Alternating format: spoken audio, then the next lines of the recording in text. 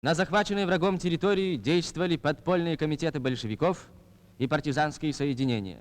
Под их контролем находилось 63% всей территории в тылу врага.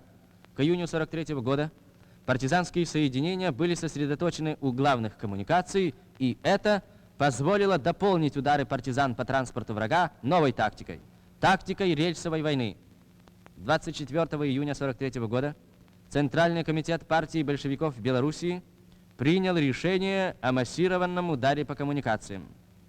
Секретарь Центрального комитета партии большевиков в Белоруссии товарищ Пономаренко давал последние указания отправляющимся в тыл врага представителям партизанского центра.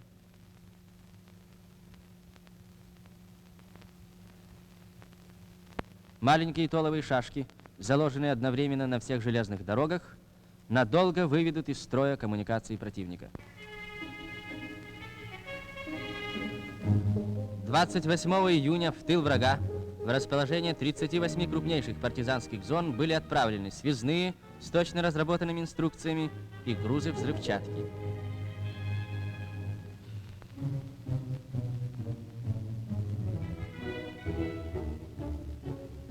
Партизанские радиостанции доносили штабу о ходе подготовки и принимали новые указания.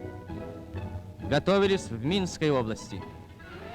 Руководитель минских партизан Василий Козлов, ставший за годы партизанской борьбы генералом и героем Советского Союза.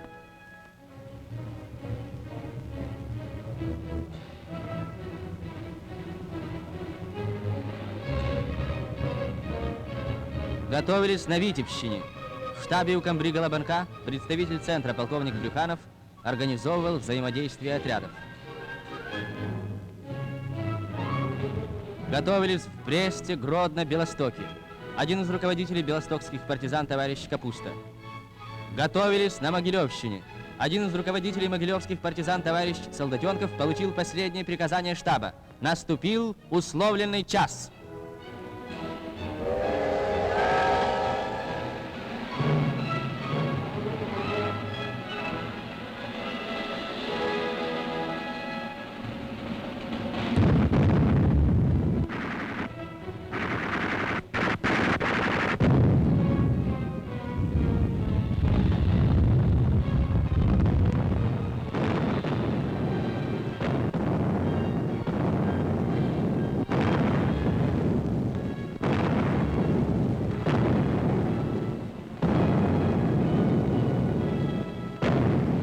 Первый такой удар был нанесен 3 августа 1943 года, а 20 июня перед летним наступлением Красной Армии был нанесен еще более мощный удар, снизивший оперативные перевозки противника на 40%. За все время партизанских действий немцы потеряли паровозов и вагонов 12 тысяч, бронепоездов 34, взорвано мостов 919, рельс более 300 тысяч штук. Так народ Советской Белоруссии помогал своей освободительнице Красной Армии.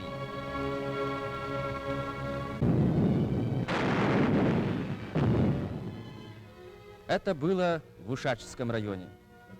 Разгромили партизаны немецкий гарнизон и взяли пленных. Среди них оказался один совсем молодой, прямо мальчишка. А как стали судить этого мальчишку, тут он все сам рассказал. Рассказал, как целую нашу семью загубил. Вот они лежат на снегу. Да что вы смотрите на этого выродка? Вешайте его! Вешайте! Ваш суд праведный.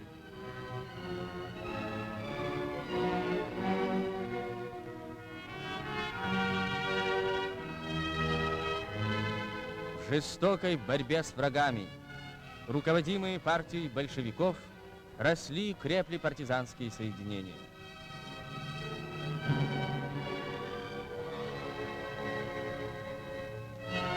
У них уже была своя артиллерия, свои минометные части, свои автоматчики. Самолет с большой земли. Большая земля. Так звали партизаны свою свободную родину.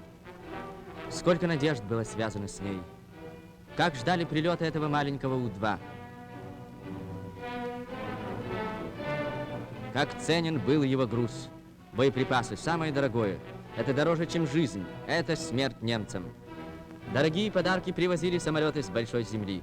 Это знамя, что держит герой Советского Союза Лобанок, высокий знак чести, оказанный отряду молодых белорусов всем ленинским комсомолам. Клянусь, пока на земле отчизны моей останется хоть один немецкий солдат, пока бьется в груди моей сердце ленинца, не выпущу из рук винтовки и не пощажу жизни своей в смертельном бою с врагом за жизнь и счастье всех советских народов. Так клянусь я великому Сталину. Так клялись они великому Сталину. По белорусским лесам разносилось партизанское эхо.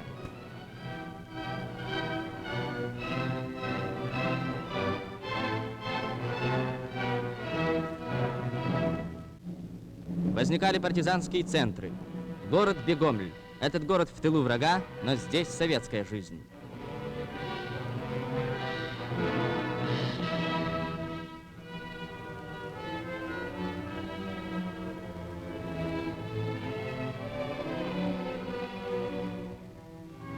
Здесь регулярно выходят газеты, печатаются листовки, воззвания. Многотысячная армия партизанских помощников распространяет их среди советских людей. На всей захваченной врагом территории выходило 2 центральных, 8 областных и более 100 районных советских газет. Действуя по единому плану советского главнокомандования, партизаны готовились к боевым операциям.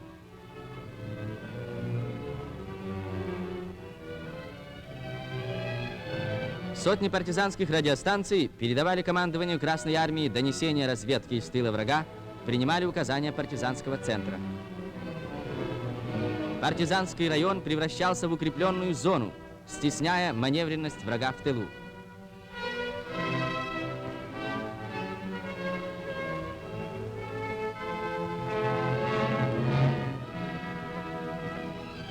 Партизанские командиры, герои Советского Союза Дубровский и Лобанок, организовывали взаимодействие соседних бригад.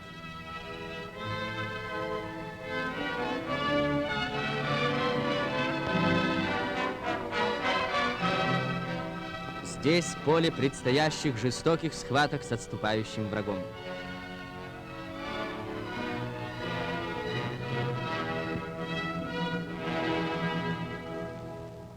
Командование приказало вывести раненых и детей,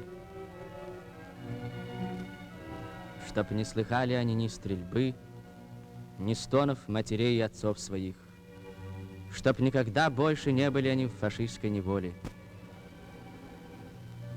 Летите, дети, летите высоко-высоко на восток, туда, где всходит солнце, где Сталин.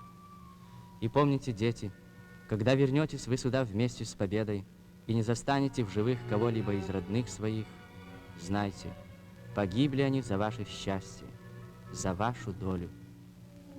Счастливый вам путь, дорогие дети.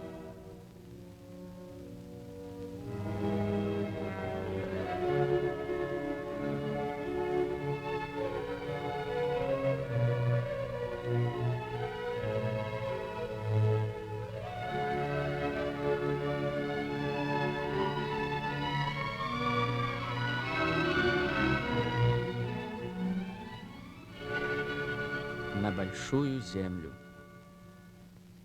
Партизаны собирали мирных жителей и выделяли специальные боевые группы для охраны населения и вывода его через линию фронта в расположение частей Красной Армии.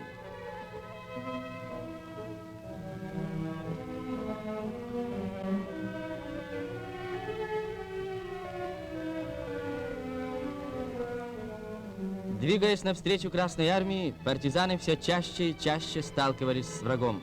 Заревом пожарища освещали они дорогу своего бегства.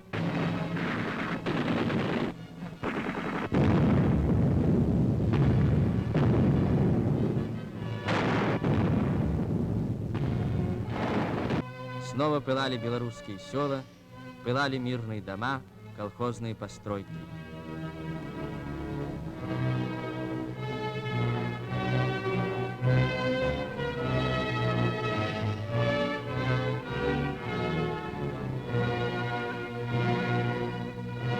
Люди бежали в лес к партизанам, спасаясь от угона в немецкое рабство, от смерти. 24 февраля 1944 года на окраине деревни Дедово гвардейцы 80-го корпуса встретили вышедших через линию фронта мирных жителей и охранявших их партизан.